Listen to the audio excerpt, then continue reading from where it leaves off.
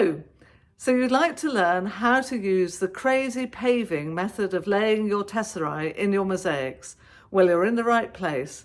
I'm Helen Miles and I'm here to teach you all the tips and tricks you need to make mosaics.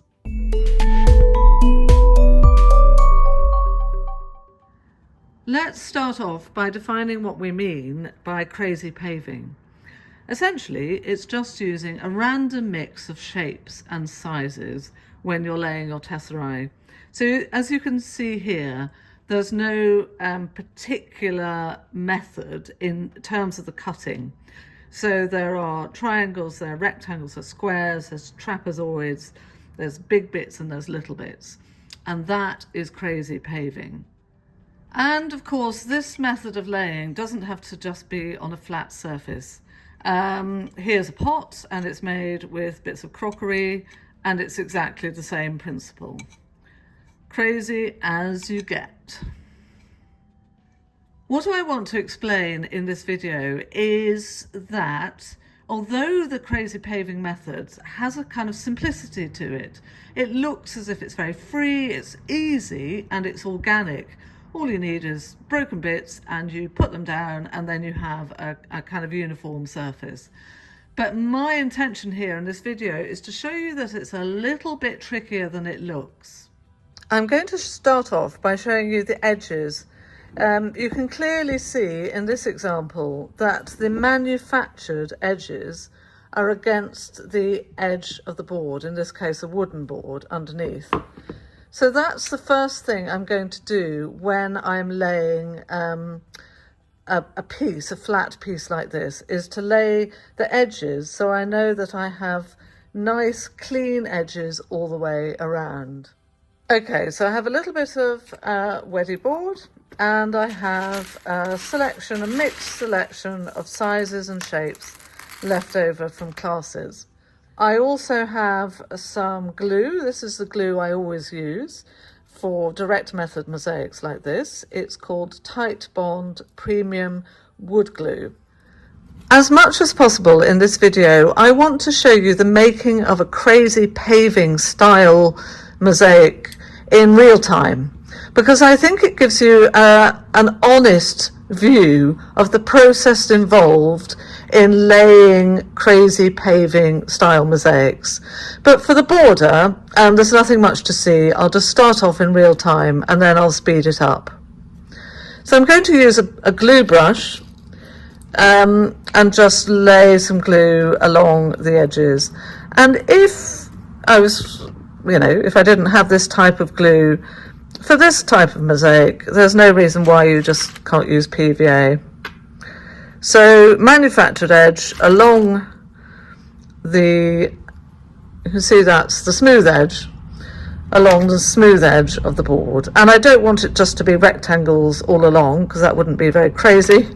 So I'm just laying them at different angles, more or less randomly.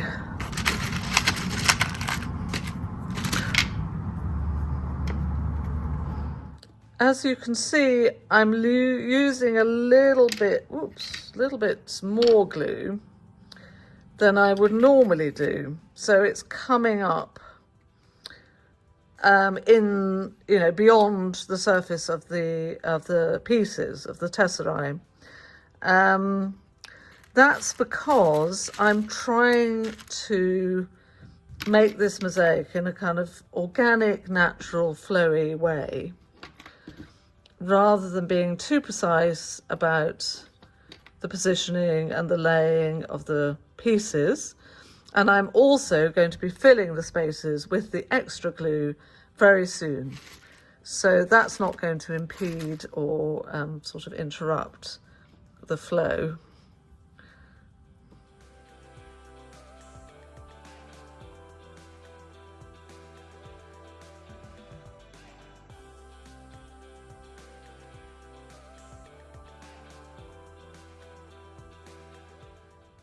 What I mean about impeding or interrupting the flow because of the excess glue here is that this glue won't have time to dry before I start laying pieces on top of it. So I've now done the border, I've done the edges. So this would equally apply if you're making a pot. You would want your straight edge bits to be around the bottom of the pot, so that it's nice and clean and they're not going to catch or cause problems when you're sitting the pot down. And as you can see, there are lots of awkward gaps because of the difference in the shapes of the pieces. So the art of crazy paving is to fill these gaps without having lots of spaces, lots of empty places where there's no tesserae, and to do it fairly evenly. So I want to just show you in real time what that process entails. So I've got a kind of triangular bit there. So I'm going to cut a piece.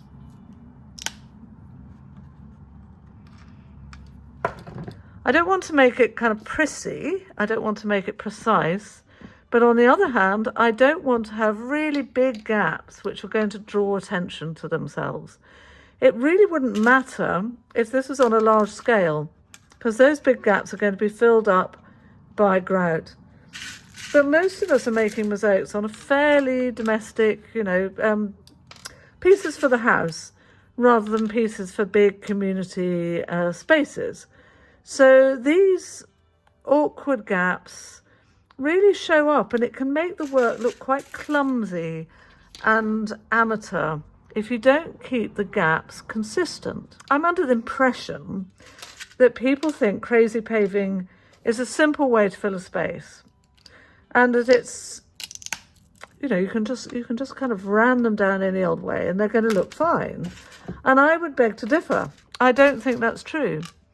I think it really pays to take care and to do it, not correctly, I don't like that word, but to do it attentively so that you don't have big gaps between the tesserae. See, that's a really awkward space, kind of long and thin. I can put that one in there.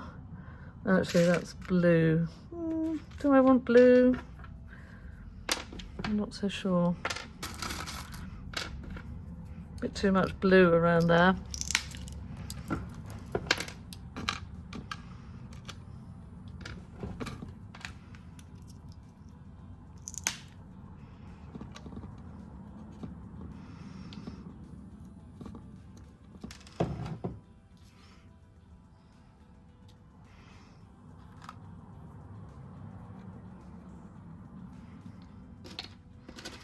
So you'll notice I'm not putting too much glue down. The more glue you put down, the more potentially messy it can be. And therefore, the more glue that might get onto the surface of your tiles. And you don't want that. Because, as I'm sure you all know, if you get glue on the surface and then that glue dries, then you're going to end up with a kind of milky film, which isn't very pleasant. Now look at that nasty little space in there. Can you see that? There we go. Very little triangular space. So I need to cut one. Oh no, wait a minute. This guy might fit in. Oh yes, there it goes.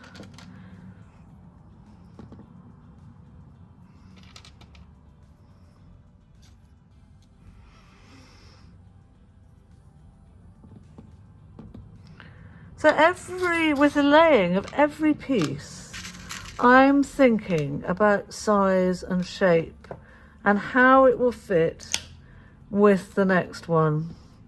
So that is not too bad, that little piece there. And then I've got a little row of triangles here.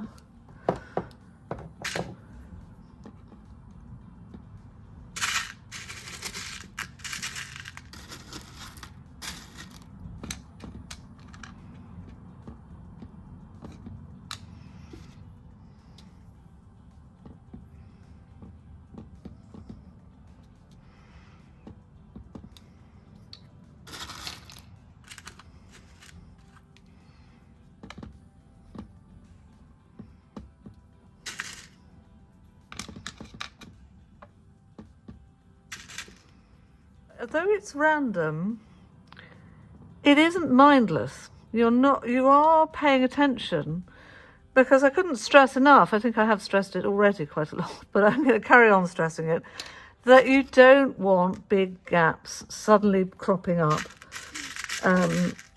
so that therefore you're thinking about the spaces all the time as you're laying.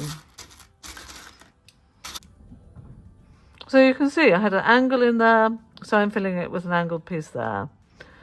I've got a flat piece there and an angle there, so I want one that goes like that, sort of.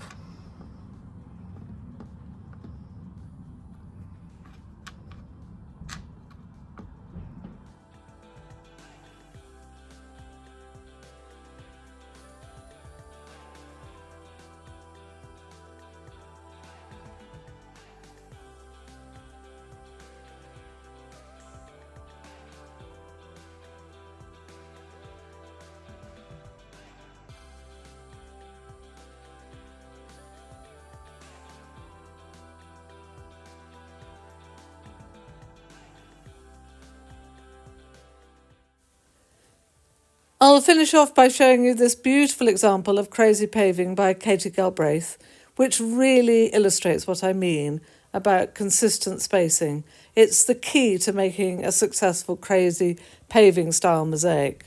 So there you have it, the completed crazy paving mosaic.